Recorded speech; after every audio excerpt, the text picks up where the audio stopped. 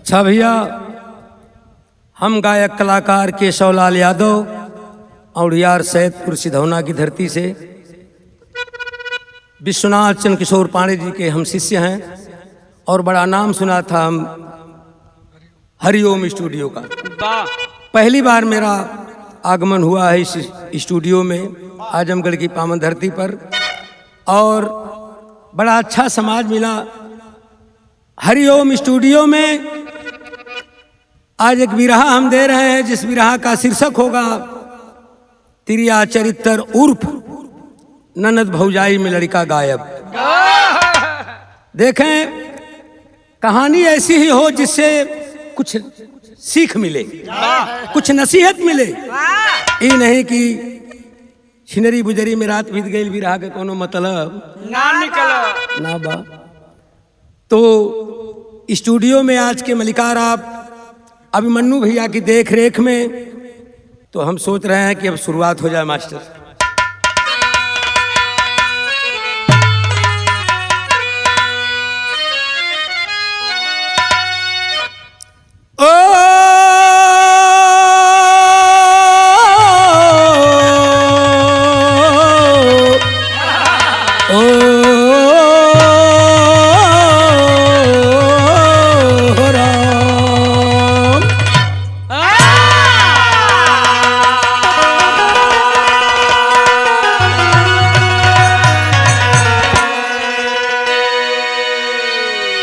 तिरिया चरित्र उर्फ ननद भौजाई में लड़का गायब, यह विरहा के शीर्षक बा। कितनी बढ़िया बात कवि जी लिखल मास्टर साहब नारी के ऊपर कि नारी ही मानव की उत्पत्ति करती, हमें आपको दुनिया जमाने को यही नारी ने पैदा किया।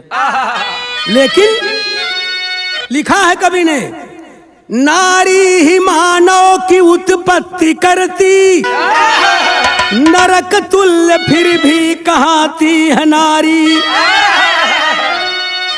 नारी अनारी के अंदर है अवगुण, लेकिन पानी में पत्थर गलाती है नारी। नारी के अंतःकरण में कटारी, कहीं फूल से नरम जाती है नारी। अरे नारी रही पिंगला भरथरी की, पिंगला पढ़ के पिंगल पढ़ाती है नारी।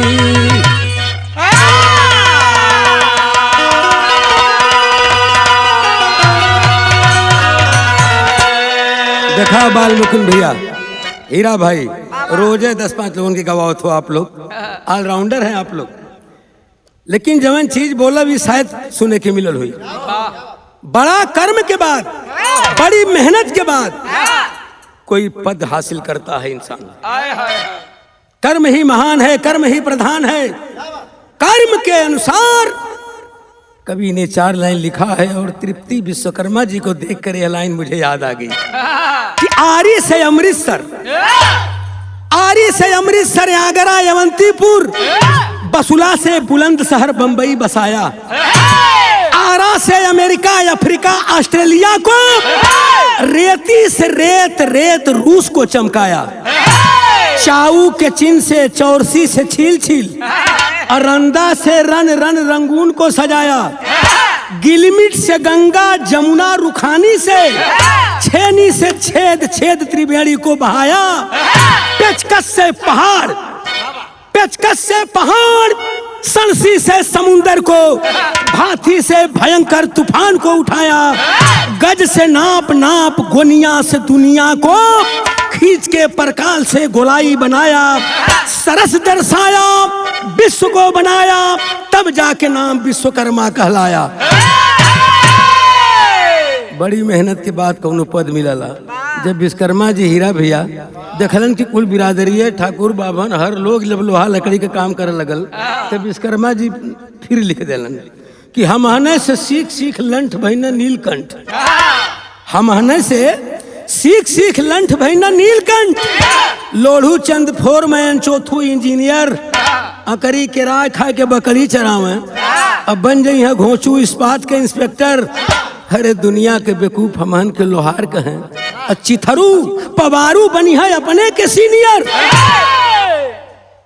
ऐसे लिखा है कि पढ़ल कव्वाली लगल मास्टर।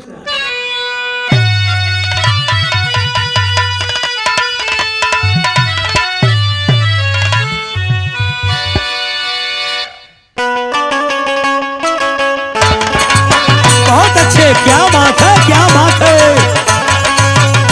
अरे रविंदर बाबू, वाह भाई वाह, यह हो मालिक।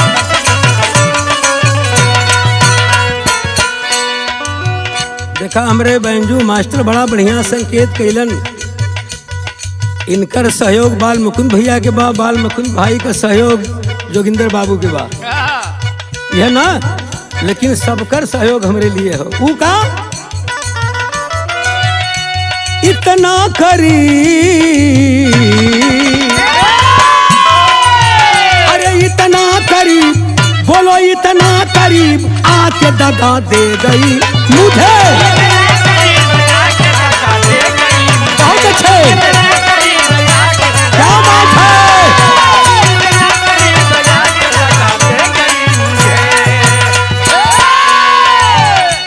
इतना करीब आके दगा दे गई मुझे।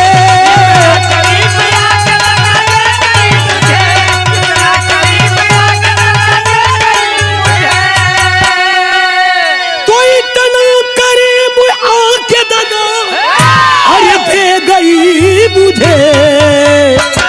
लेकिन मैं बुझ रहा, हाँ मैं बुझ रहा था आके हवा दे गई तुझे। मैं बुझ रहा था आके हवा दे गई। तैयारी में, तैयारी में हीरा बाबू।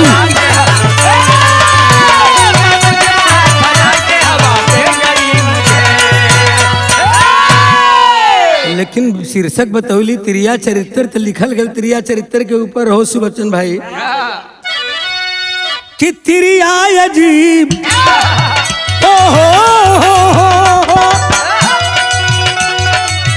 अरे त्रिया अजीब, बोलो त्रिया अजीब जाल में सबको फंसा दिया।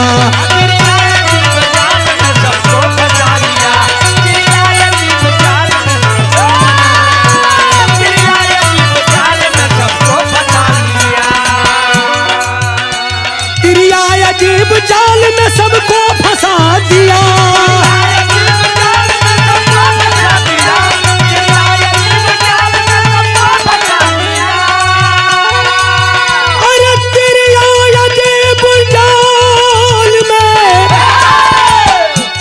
सबको फंसा दिया नन्ही सी अपनी अपनी अपनी। अरे नन्ही सी अपनी, बोलो नन्ही सी अपनी जाल में सबको नचा दिया। सबको नचा दिया।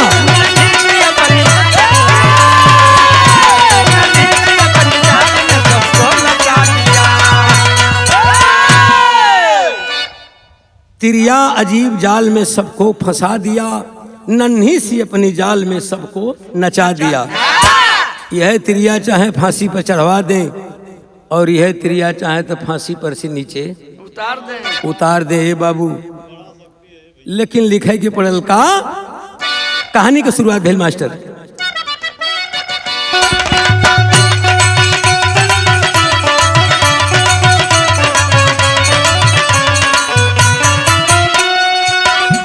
मिर्जापुर, जिला मिर्जापुर में ड्रामनगंज गांव सही। जिला मिर्जापुर में ड्रामनगंज गांव सही। वही लाखन की पत्नी लखिया चालबाज सही।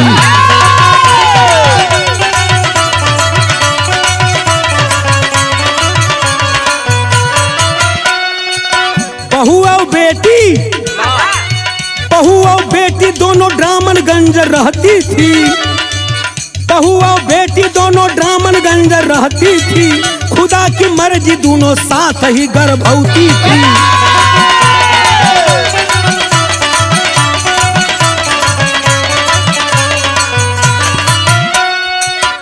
बहू के गर्भ से हो बहू के गर्भ से राती में ललनवा भइले। खुदा की मर्जी ननद भौजाई दोनों के संग ही गर्भ रहल और संग ही आधा घंटा के आगे पीछे दोनों के बच्चा पैदा भइल। रामनगंज मिर्जापुर जिला के अंतर्गत रामनगंज गांव के रहने वाले आए है लाखन, उनकर पत्नी लखिया, उनकर बहू और उनकर बिटिया ननद भौजाई दोनों गर्भवती हैं। बच्चा पैदा आधा घंटा के अंतराल में दोनों को हुआ। तब बहू के गर्भ से राती के ललनवा भइले। बहू के गर्भ से राती के ललनवा भइले। भोर में बेटी से बेटी का जन्मवा भइले। देख लखिया बहू के लाल को लाचार हुई। देख लखिया बहू के लाल को लाचार हुई। घोर अपराध तब करने को तैयार हुई।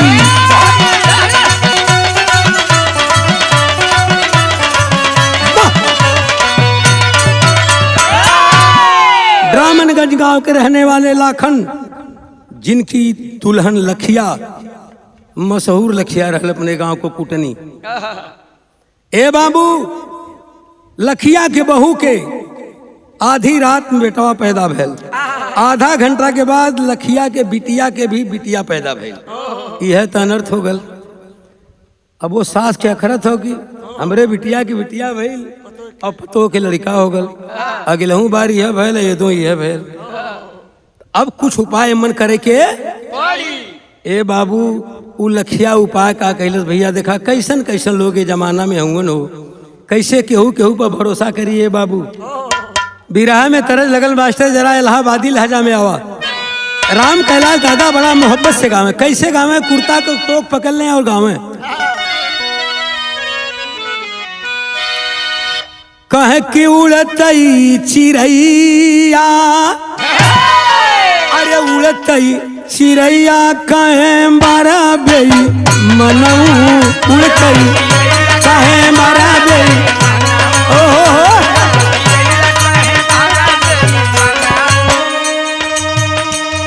हीरा भैया एक लाइन और कहें। डारा पर मारा इनारा पर मारा। बाहर जितेंद्र बाबू।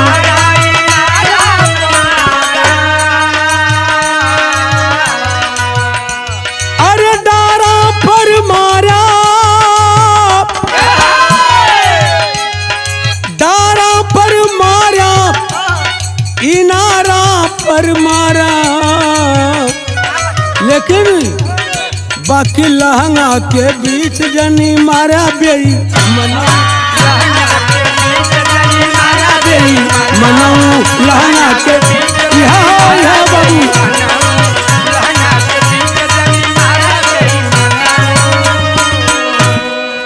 लेकिन बिरहा में कितना सुंदर भाव लिखल। आजो सास के कितनी जलन बा अपने पतोह के लड़का भैले से।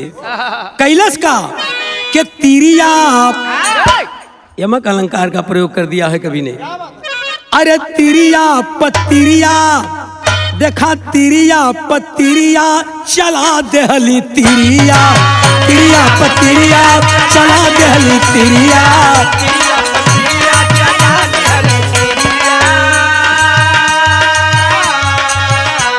अरे पानी पानी पानी पानी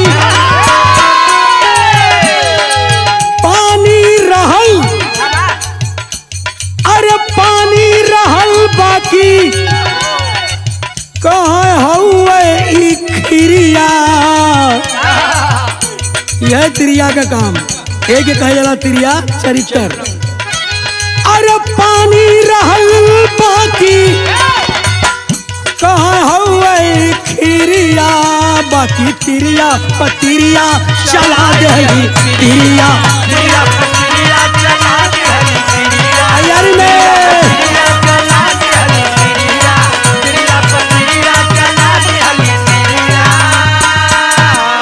तिरिया पर तिरिया चला देहली तिरिया। कैलिन का कि बिटिया के हमारे सोचत हो लखिया राजेश भैया कि बिटिया के हमारे ना भइल ललनावा,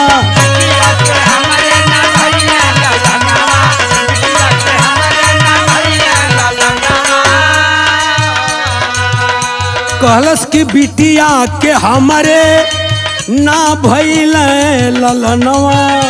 सोचत बा कैसे बदल दे विधि के विधनवा, कैसे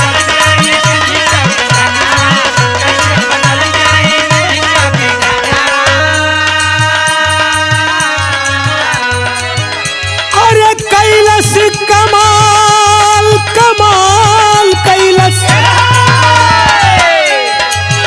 अरे कैलस कमाल जैसे, कैलस कमाल जैसे हिरिया या जिरिया, तिरिया पतिरिया चला देली। बहुत अच्छे, क्या बात है।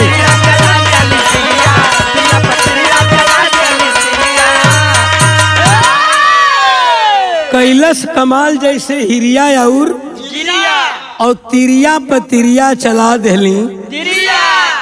तीर बड़ा करारा चलोलस उ सास। कैलाश का तरज बदलल मास्टर भी रहा मैं बाल मुकुंद भैया।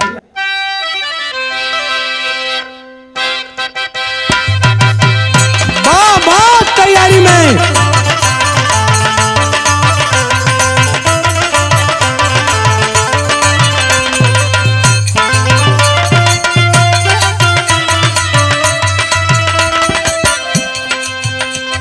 बड़ा बवाल मचौले से गीत कुछ दिन भी रहा में। सास सूते अंगना, सास सूते अंगना ससुर जी दुआरे,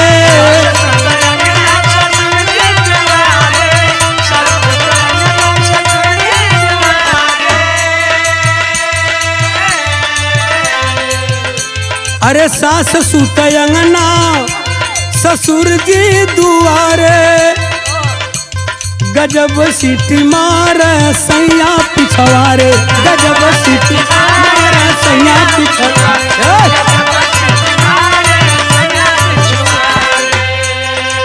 लेकिन बिरहा में कितनी बढ़िया बात कवि जी लिखले हुए।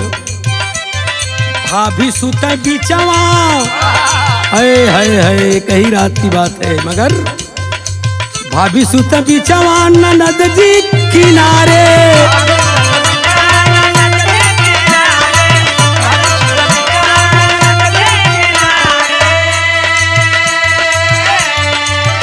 हीरा भैया लड़का आधा घंटा के अंतराल में फैल बेटवा और बिटिया, लेकिन बुढ़िया कैलस का भाभी सुते बिचवा ननद जी किनारे,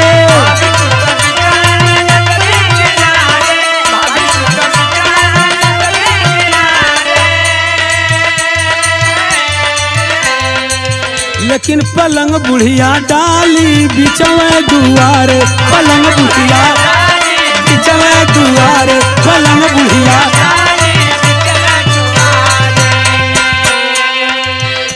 आरी आरी ननद भौजाई बीच में बुढ़िया सुतल बाबू के अपन तिरिया चरित्र दिखावे के है जोगिंदर बाबू।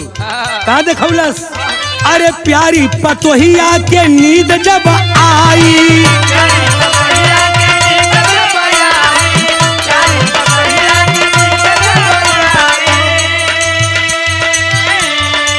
प्यारी पतोहिया के अरे नींद जब आई, चोरी से लखिया तब लाल को उठाई,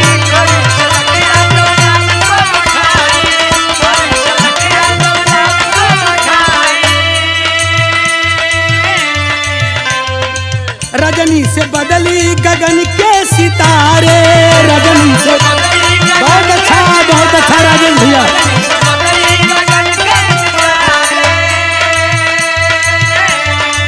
रजनी से बदली गगन के सितारे, पलंग बुढ़िया डाली बिचवे दुआरे, पलंग बुढ़िया बिचवे दुआरे।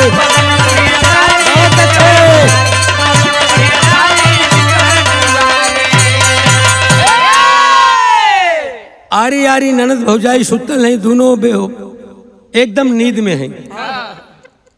कितना कष्ट होला हो एक मतारी के पुत्र पैदा करे में, बड़ा पीरा में बड़े कष्ट में दोनों साहब नींद में है, लेकिन ओके नींद कहाँ लगत बा जो लखिया के कैलस का तर्ज बदल गई मास्टर बिरहा में।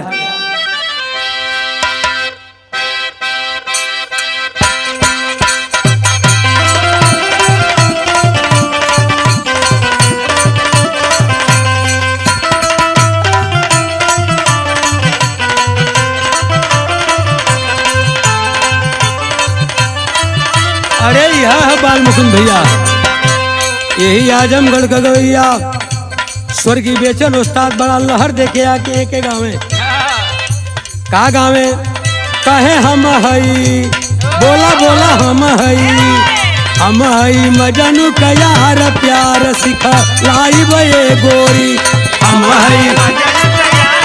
बहुत अच्छे बहुत अच्छे।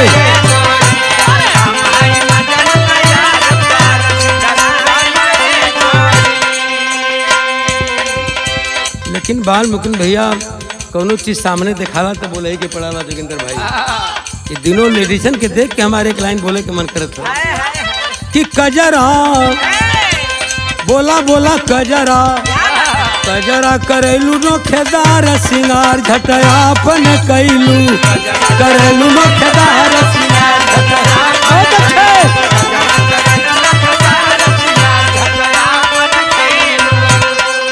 अरे पापया जनिया कमर कर धनिया,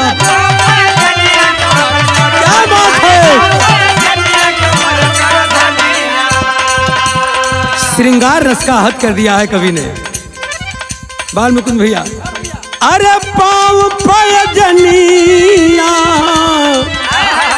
कमर कर धनिया, टिकुली लीलार सोहर नाक में नथुनिया।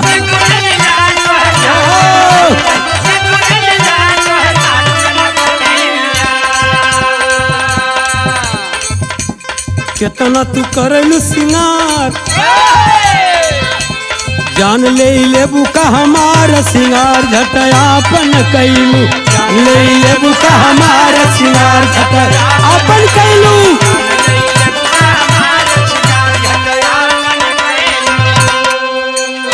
ए भैया भोरहरी भाई जब नींद खुलल भौजैया की जब नींद खुलल देखत बा बगल में अरे हमरे पैदा भैल लड़का और देखत ही बगल में ही सुतल हो लड़की हमरे। अब टेम्परेचर हाई हो तो भौजैया का कैलेस का मांगे लुका है खातिर लाल नींद सवेरे हो मचल कोहराम बखरी में। भौजैया कहलस कि हम लड़का पैदा कैली तो हमरे बिस्तरा पर लड़की कहाँ से आई। और हर तो आँख मुल्ले बा नदिया के माई हमार कुछ काम कर गई। अब हो तो बस कहलस ना हम लड़का पैदा कैली हम लड़का चाहिए। मतारी बिटिया मिल के कैलिन का वो मांगत बा बेचारी सिफारिश करत बा कैसे मांगलू काहे खातिर लाल महाल में बवाल कई देहलू मांगलू काहे खातिर लाल महाल में बवाल कई। अरे मांगलू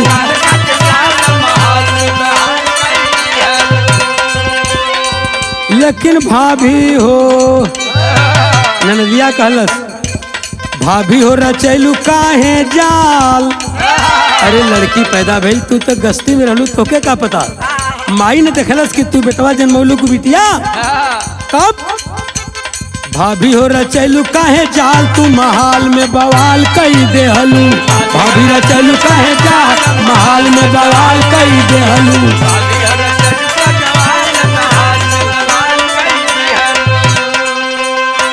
मतारी बिटिया दोनों डांटत हैं का कहा अरे पैदा कैलू बिटिया तू मांगलू ललनावा।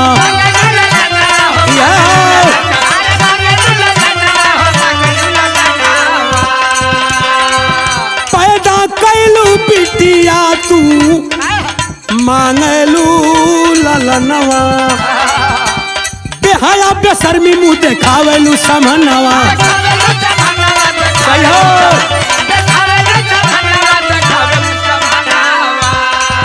कह तिरिया चरित्र चरित्र है चरित्र तिरिया चरित्र तो हर चाल हो महाल में बवाल कई देहलू तिरिया चरित्र तो हर चाल हो महाल बवाल कई देहलू।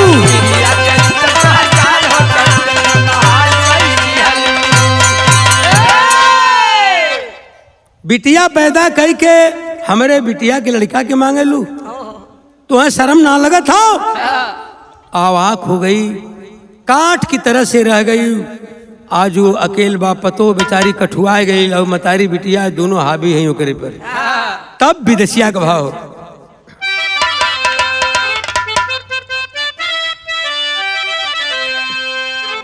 किसी चगैला प्रेमा रूपी पनिया से बगिया हो, ममता के मधुबन में विकसल सुमना।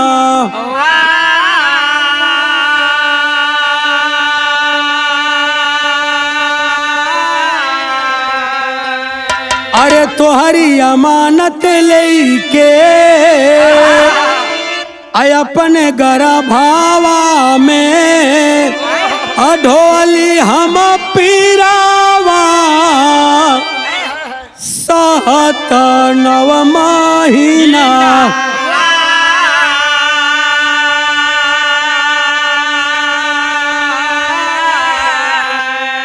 कहती 3 बजे रातिया में पैदा भय सुमनावा हो, गोदिया में लेके हम पियवली असतानावा।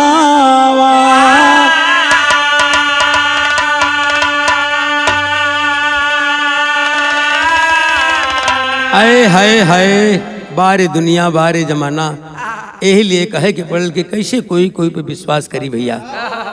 हाथ जोड़ के खड़ी है भोर की बेला में, आज पतो है अपने सास से हाथ जोड़ के सिफारिश करत बा। 3 बजे भोर में पैदा कैली अम्मा, हमके होश बा, हम ओके सहलौली, एक बाद हमारे नींद लग गई। हमें पूरा याद बा कि हम बेटवा पैदा कैले मावा। आए है लखिया काहे के माने दबोच बैठलिन मतारी बिटिया दोनों। तब तेरी के लाइन लगल मास्टर,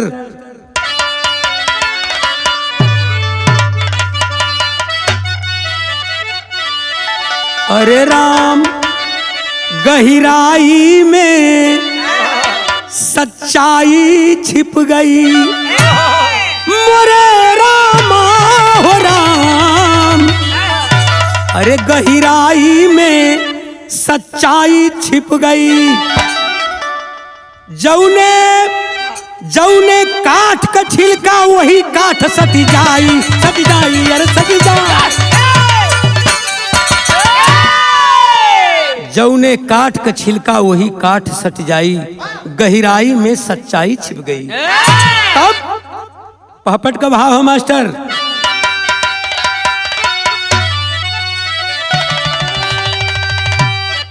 अरे तड़प तड़प के हो गई बेहाल लाल जब ना पौली। तड़प के हो गई अरे बेहाल लाल जब ना पौली, तो छोड़ चली बबुइया पर ससुराल लाल जब ना पौली। छोड़ चली बबुइया पर ससुराल लाल जब ना पौली।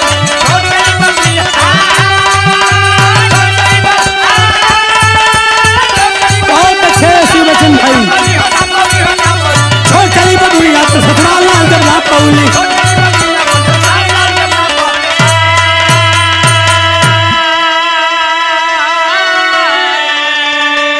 आखिरी तक लड़ाई लेली ने बाबू, समझ गए कि अभी मतारी बिटिया हमारे लाल के ना दी हन।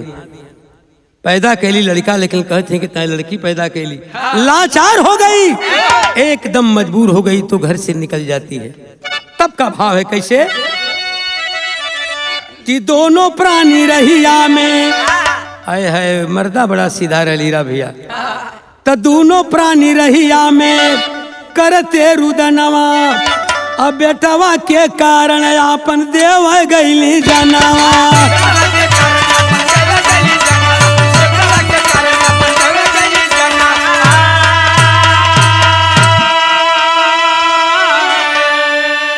घर से निकल गई, सोचली कि कहीं चल के हत्या कैले, वैसे जेले से बढ़िया तो मौती है बा। कुछ दूर चल गई ने बाबू, रास्ता में भयल का हीरा भैया कि मिल गई देखा मिल गई रहिया में रघुपाल लाल जब ना पौली। अरे मिल गई रहिया में रघुपाल लाल जब ना पौली तो रघु जाके पूछे सारी हाल लाल जब ना पौली।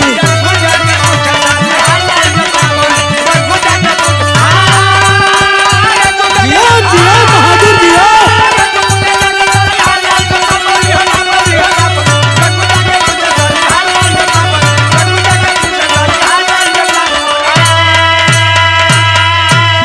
ए बाबू कुछ दूर चली जाती है, नदी का किनारा पकड़ ले जाते एक रघुपाल भेड़ चरावत मिल गई। नदी के किनारा पर बैठ के कि वो बेचारी रो रही है, सोच रही है कि आखिर कहाँ जाऊं। हत्या करने की कोशिश में लिपटी है कि इसी नदी में डूब के अपनी हत्या कर दूंगी। रघुपाल देखलन कि कब से ही खड़ी है औरत, लगता है कि रिसिया के चली है घर से, हत्या करने के चक्कर में है, जान दे देगी।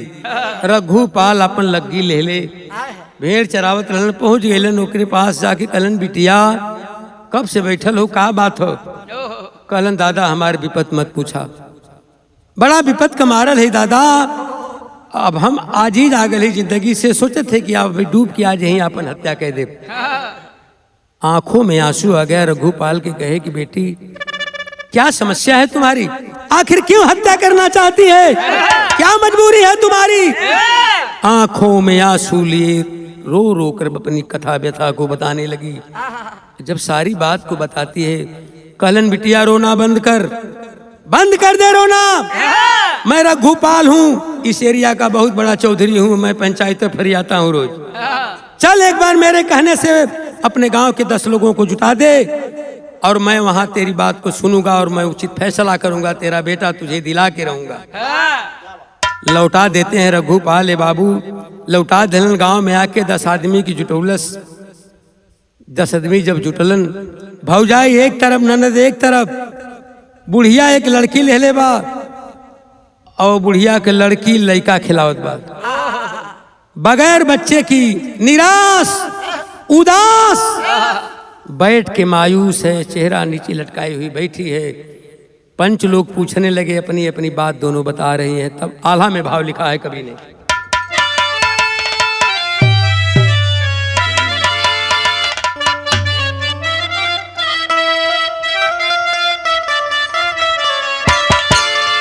अरे विधना के घरावा में, तब विधना के घरावा में देर होई जाला भैया। सही है।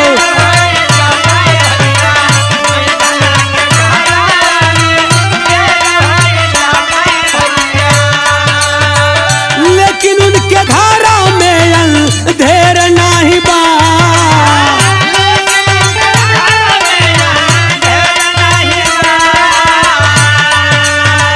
झूठावा के बोला ले हो, झूठावा के बोला लेना, छिपी है सच्चाई बाबू।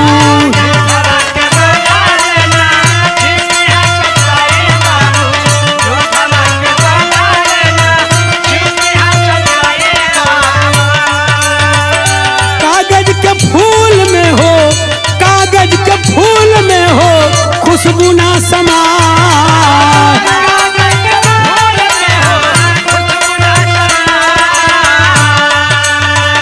बोले रघुपाल लौटा अपने भवनवा बेटी।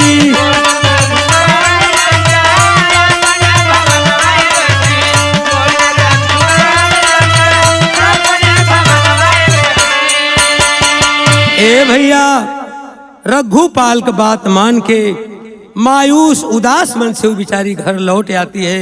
सोच रही है चौधरी दादा मिलन में हो सकला हमें उचित न्याय मिल जाए। आके पंचायत एक बार फिर जुटौलस हो। जब पंचायत जुटल तो सदर लगी मास्टर,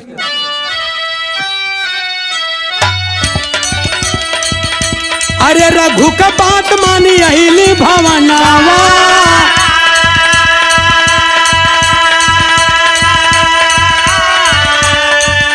अरे पंच को बुलाए दोनों प्राणी हरसा।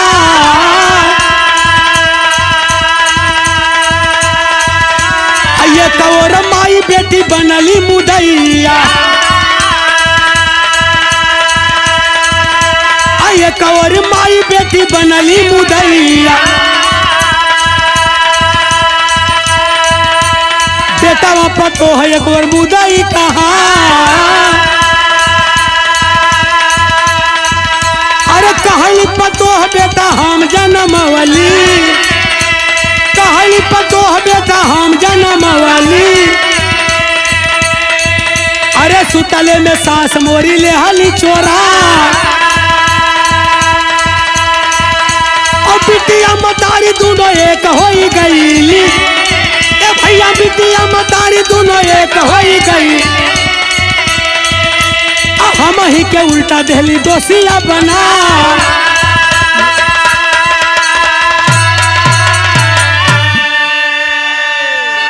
पंचों के बीच में खड़ी हुई आज हाथ जोड़ के उ लखिया बुढ़िया का पतो कहलस कि पंच लोग पूरा होश हवास रहल, हमके पूरा याद बा कि हम बेटवा पैदा कैले ही, लेकिन ये मतारी बिटिया जब हम सुत गईली तो हमारे बेटवा के उठा के हमार सास अपने बिटिया पे सुता देलिन और उनकर बिटिया उठा के हमारे पे सुता देलिन।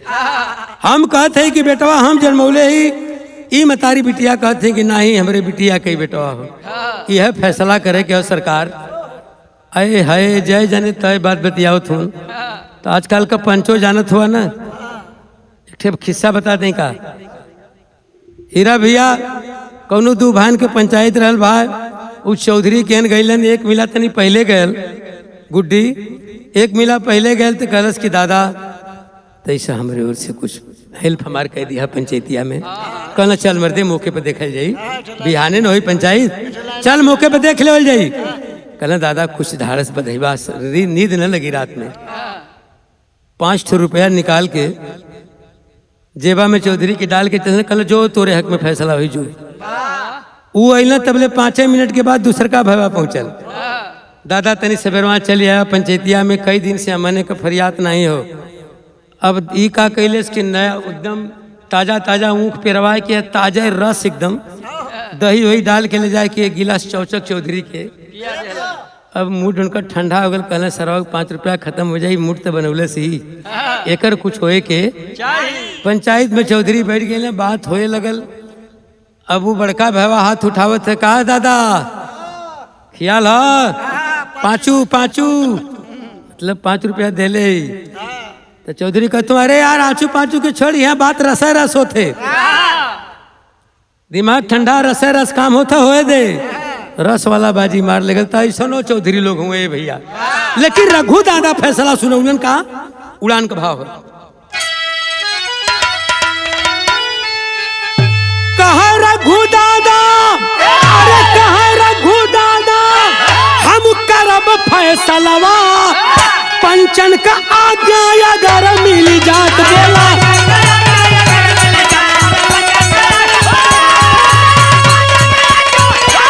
जियो जियो राजेश भैया जियो।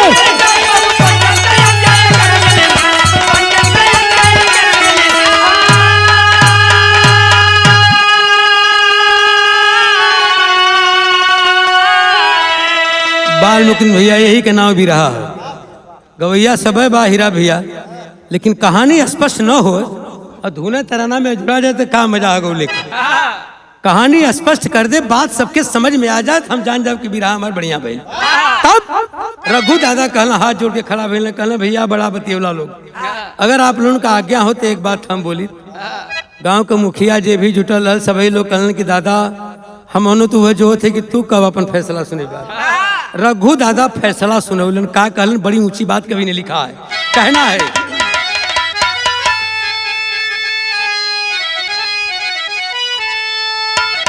कहा रघुपाल, अरे दुनहुन कला मंगाई दूधावा,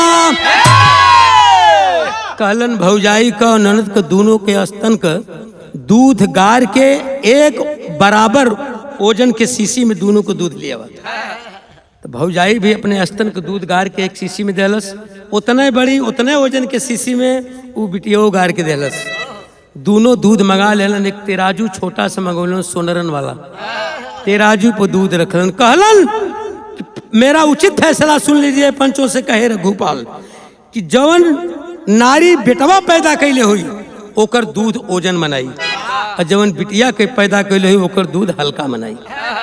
नतीजा निकलल का? कहा रघुपाल अरे दोनों कला मंगाई दूधावा, ता यही सभावा में दोनों कई जो खाई दूधावा।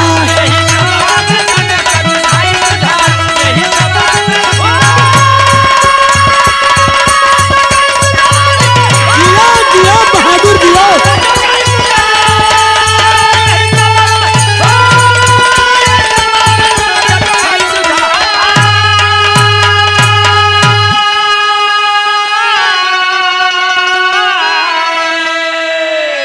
कहा पुत्र जन्मावे वाली, अरे पुत्र जन्मावे वाली होई जवन नारी, कन्या वाली नारी से वो दूध होई भारी।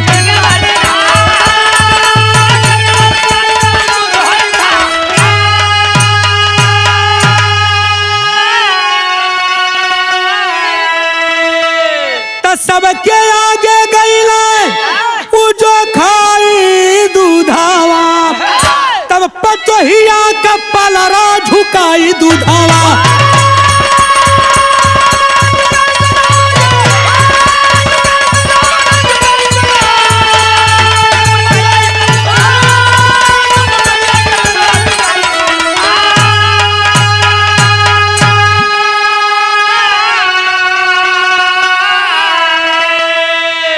दोनों का दूध तेराजू में तौलल गए बाबू।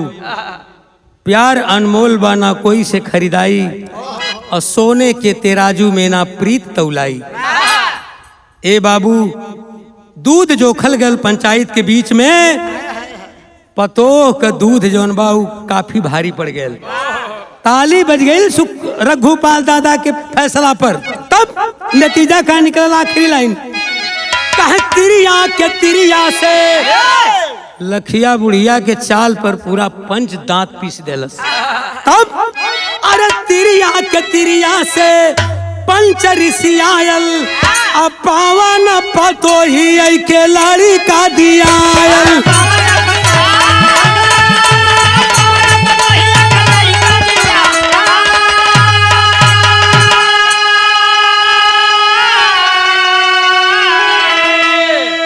पैदा कैले रहनी बेटवा जब अपने लाल के पौलिन, पंच के बीच में चूमे चाटे लगलिन बाबू, दुलरावे पुलावे लगलिन। आखिरी लाइन लिखलन कवि जी कि हर्षित हो के माई, अरे हर्षित हो के माई तब पियाई दूधावा, यही सब हवा में दोनों का जो खाई दूधावा।